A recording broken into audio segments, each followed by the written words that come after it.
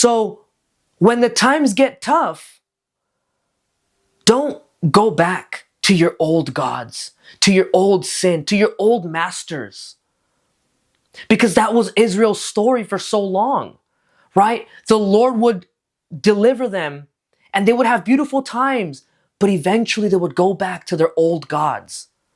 And eventually they would go back, and the Lord sees that not only as like, oh, those are other gods, like he sees that as infidelity.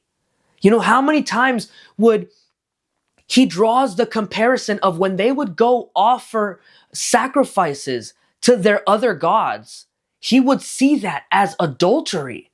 He calls them an adulterous nation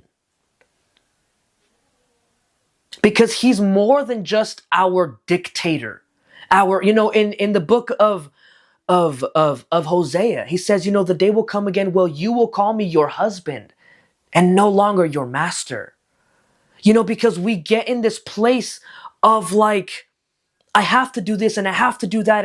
And we see God as this like overlord master. But what he really is our love.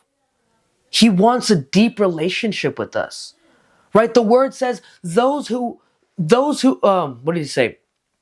If you love me, you will keep my commands, right? We see things as like, oh, he's just being a dictator. He just wants us to do whatever he says. Like, no, like if you could see what these things, what our actions do, what it looks like in the spirit, our devotion to him is our love, that's his love language, if you want to put it that way, So instead of looking at it as like, oh, I can't do this and I can't do that because I'm going to get in trouble. It's like, no, when you go back to your old sin, when you go back to your old masters, what you're doing is you're going back to your old lovers. You're going back to your ex-boyfriends while your husband has given you everything, right? That's the way God sees it.